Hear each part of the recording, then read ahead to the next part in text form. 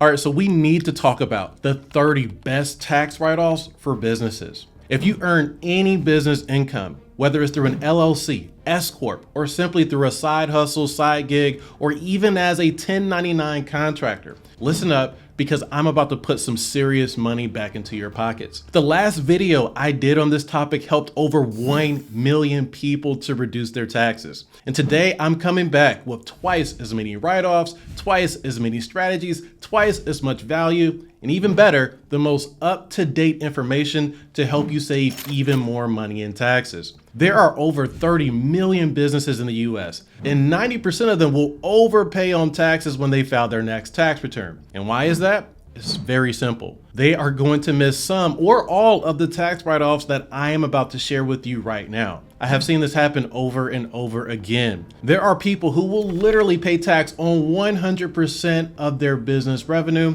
simply because they don't use a business bank account, simply because they don't keep track of their business expenses, or do their bookkeeping on a very basic level. But then there are people who actually do these things but miss out on additional tax write-offs that are less obvious and buried under 76,000 pages of tax law. Now, regardless of what end of the spectrum you fall on, I promise you that you will benefit from at least one, if not several, of the tax write-offs that I'm about to mention to you. So do yourself a favor and save this video, use it as a checklist, share it with someone who needs it. Heck, you probably need to share it with your accountant as well. If you're new here, my name is Sherman the CPA, and I help business owners with stuff like this every single day at mycpacoach.com. I share my real world experience for free here on YouTube, so be sure to subscribe for even more guidance to less stress and lower taxes. Now, let's get to these tax write-offs.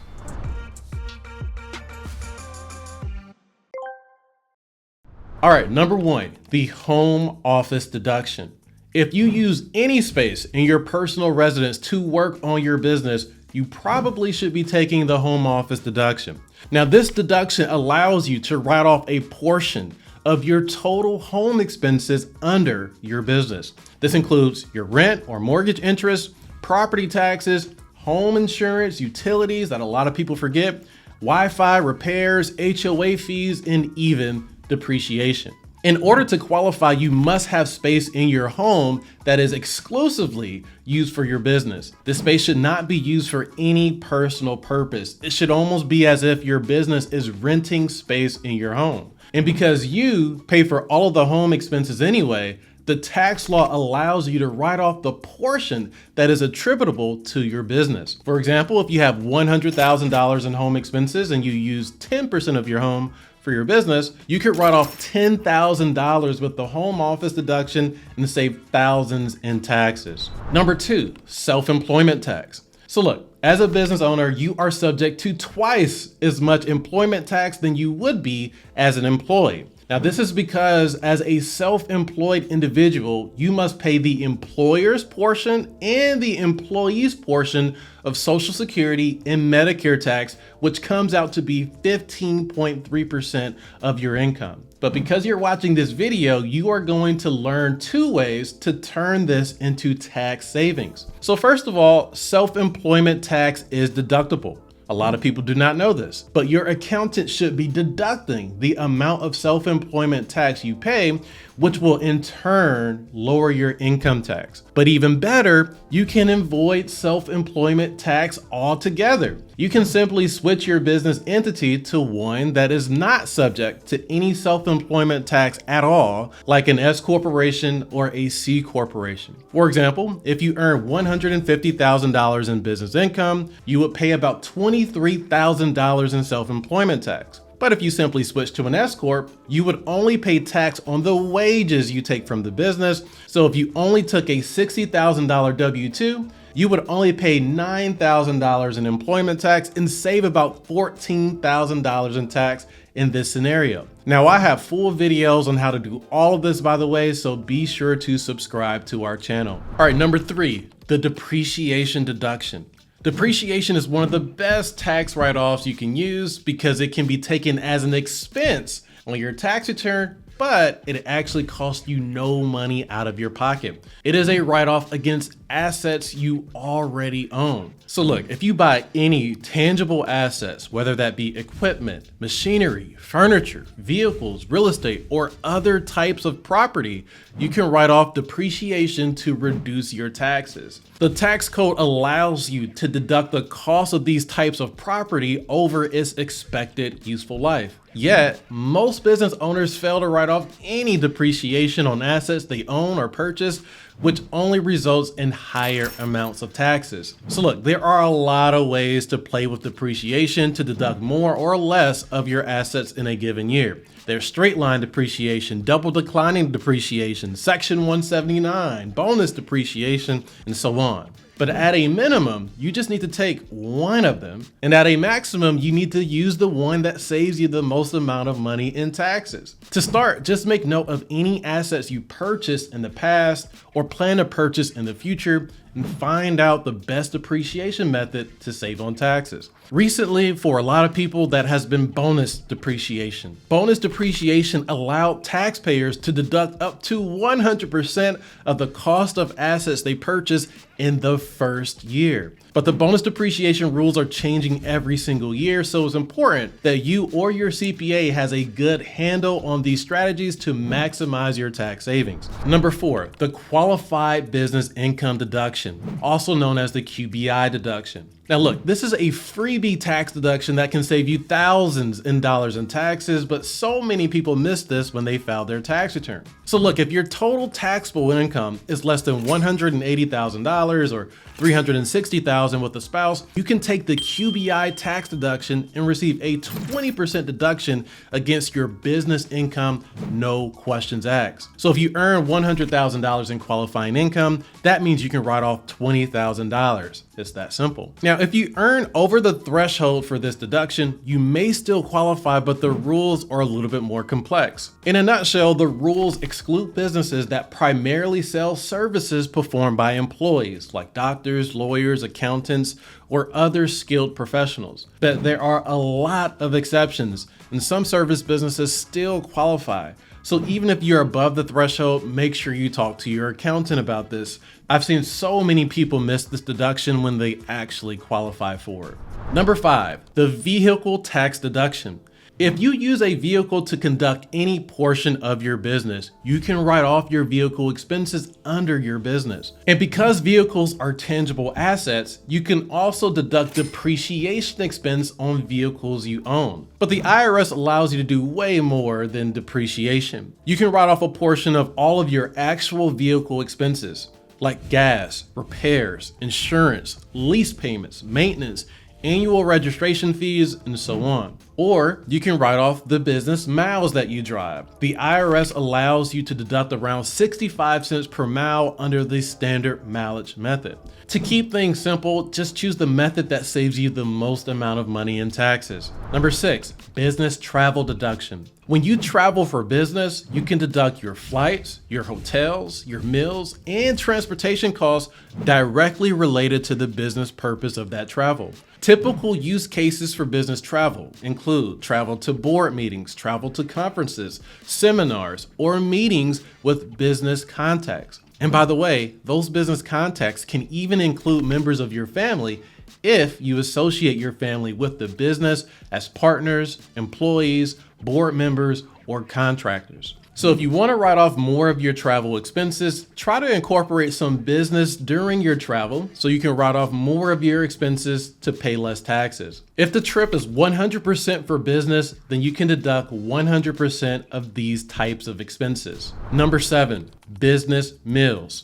If you eat out at a lot of restaurants, you may be able to deduct a lot of these expenses under the business meals deduction. And all you have to do here is meet the criteria for this deduction in order to write it off, which simply involves talking about business with another business contact. And again, these business contacts can be family members if those family members are associated with your business. A lot of people are able to increase this deduction by incorporating people they know in their business. Now, as with any business deduction, the mill should be in the pursuit of income. Or in other words, you should be discussing things that can help your business earn more money. You should be keeping up with your receipts, meeting notes, and other documentation as backup for this write-off if you are ever questioned about it. Number 8, hiring your children. Hiring your kids under your business helps you in 2 ways. First, you can write off the payment you make to your children, which reduces your taxes. And then secondly, the income can be tax-free to them if you pay them less than the standard deduction. Now, the standard deduction is around $14,000. So if you paid them up to that amount, they would pay no income tax when they filed their tax return. And in some cases, you may even pay them more than the standard deduction to take advantage of their lower tax bracket when you are in a very high one.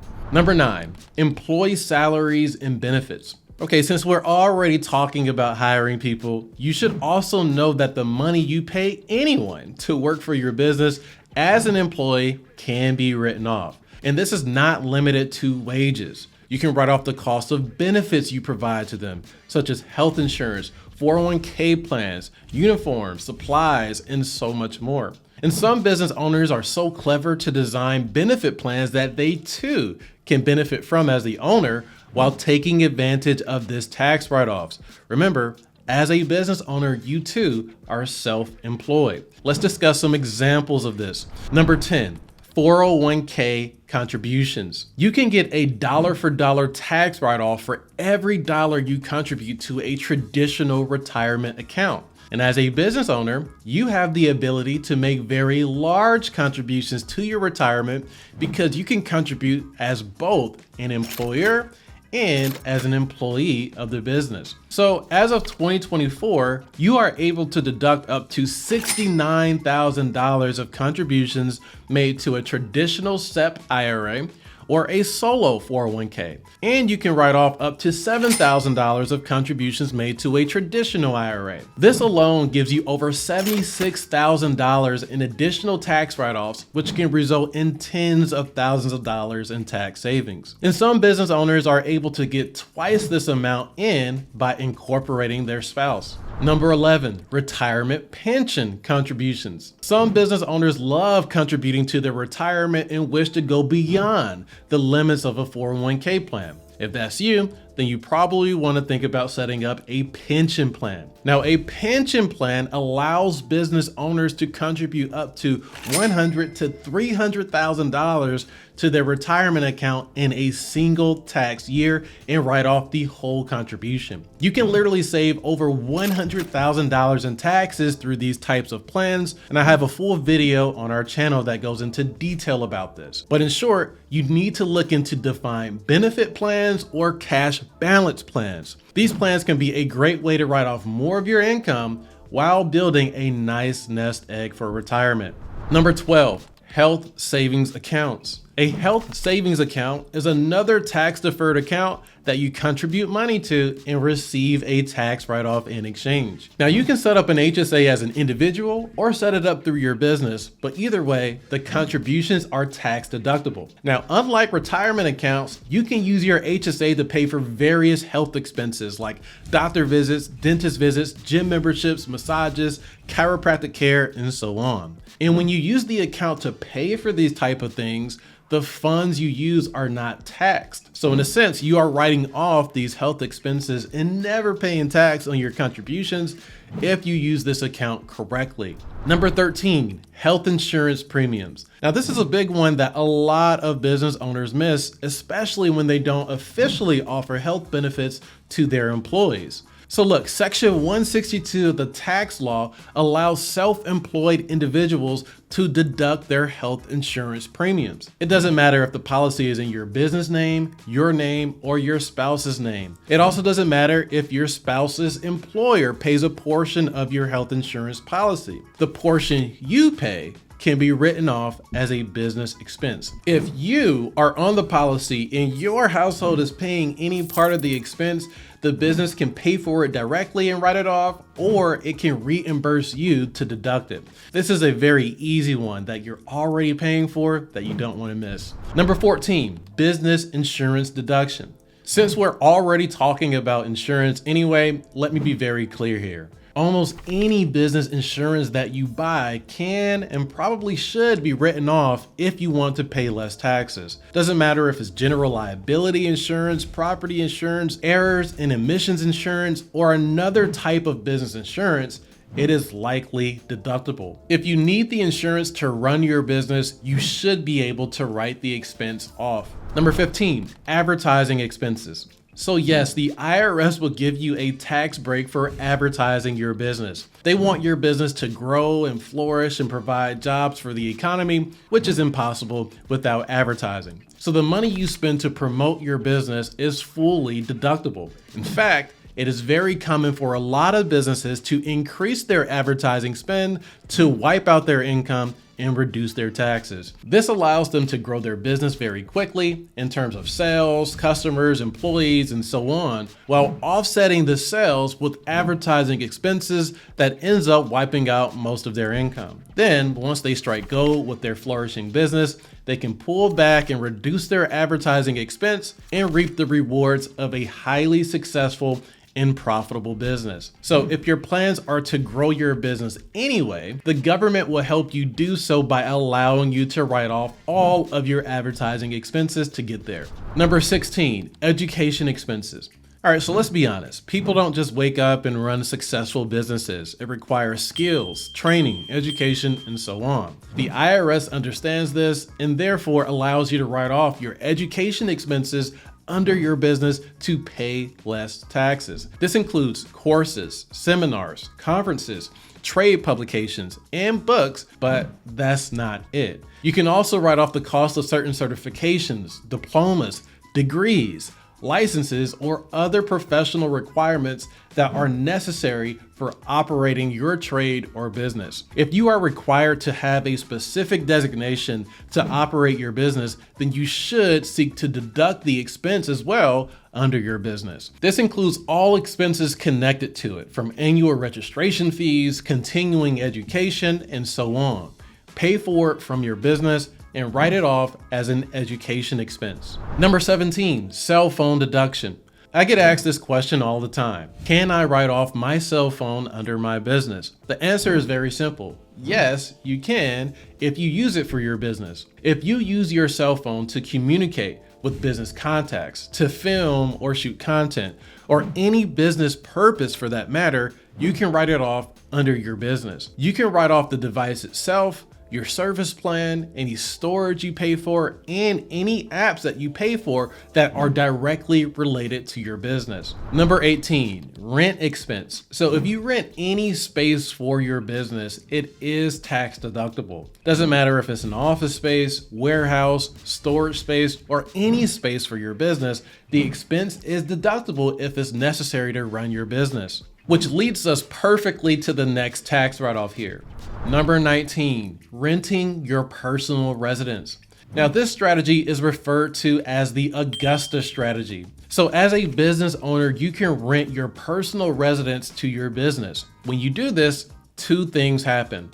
Number one, the money the business pays you is a tax write-off, which helps you pay less taxes. And number two, the money you receive from the business is tax-free to you as long as you do not do this for more than 14 days in any tax year. Now, there has to be a business purpose for the expense. And I've seen everything from board meetings to photo shoots to training new employees and so on be used as a business purpose. So to do this correctly, you do need careful planning. Number 20, utilities expense. Any utilities you pay for your business office can be written off. This includes Wi-Fi expense, electricity, gas, water, trash, and other utility expenses you pay for your business. Number 21, office and technology expense.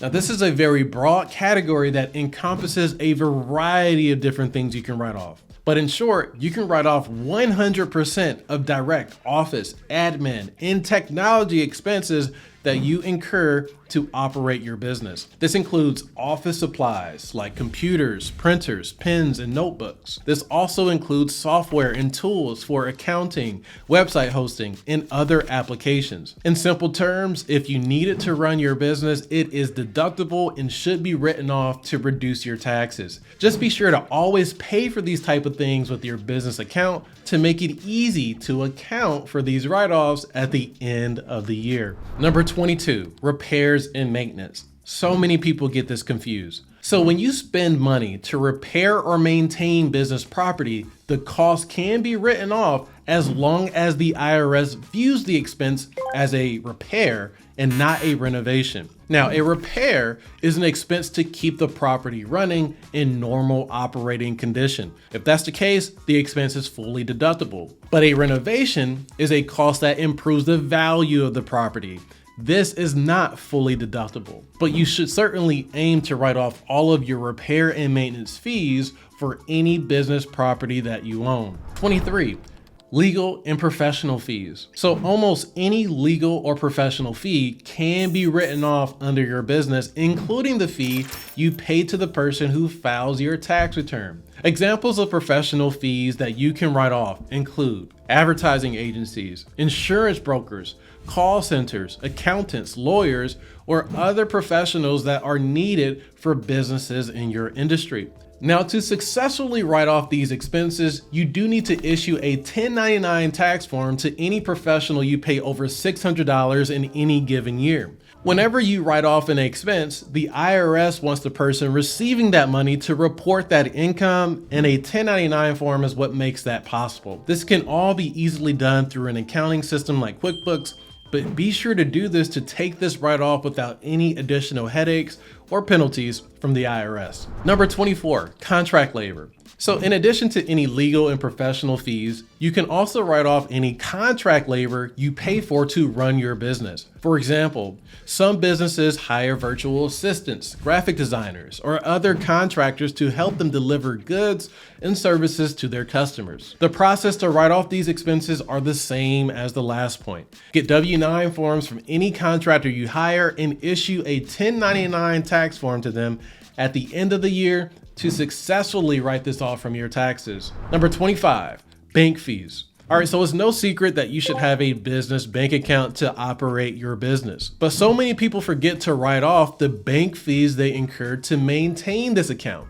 And you don't want to make this mistake. So not only can you deduct your monthly maintenance fees, but you can also write off any fee you incur for wire transfers, ACHs, overdraft fees, late fees, and more. Virtually any fee that your bank charges you to operate your business bank account can be written off on your tax return. Number 26, merchant processing fees. Some people have no idea how much they are paying to their merchant, so I know for sure they are not writing these expenses off. Now, this is a very easy tax write-off to miss because merchant fees are typically taken out before deposits even hit your bank account. But these fees are tax deductible. So if you use a platform like Stripe, Square, PayPal, or another payment processor, make sure you tally up the fees that you pay them. You should be able to request an annual statement of their fees to make sure you are including the expense as a tax write-off on your return. Number 27, business loan interest.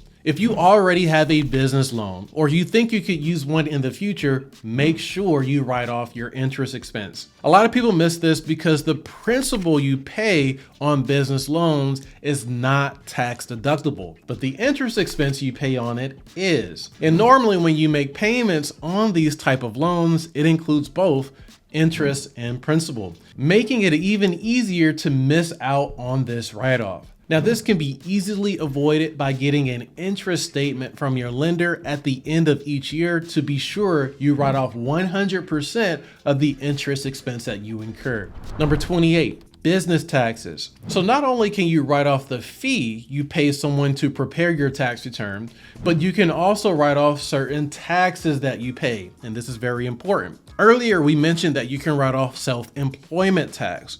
But you can also write off certain real estate taxes, payroll taxes, and other taxes that are directly attributable to your business. Now, this does not include your individual federal and state taxes, but it has to be a tax that your business is directly liable for and is paying for. And if it is, you can likely write this off on your tax return. Number 29, the tax write-off that you are not creating. So look, savvy business owners also look to create tax write-offs outside of capturing things they already pay for to reduce their tax liability by as much as possible. Now, this may involve reinvesting in your business or restructuring your business to take advantage of various tax write-offs or strategies. For example, incorporating family in your business may allow you to write off more meals, more travel, or shift income to family members and lower tax brackets. Another example is spending more money in your business through things like advertising or research and development to make your business more valuable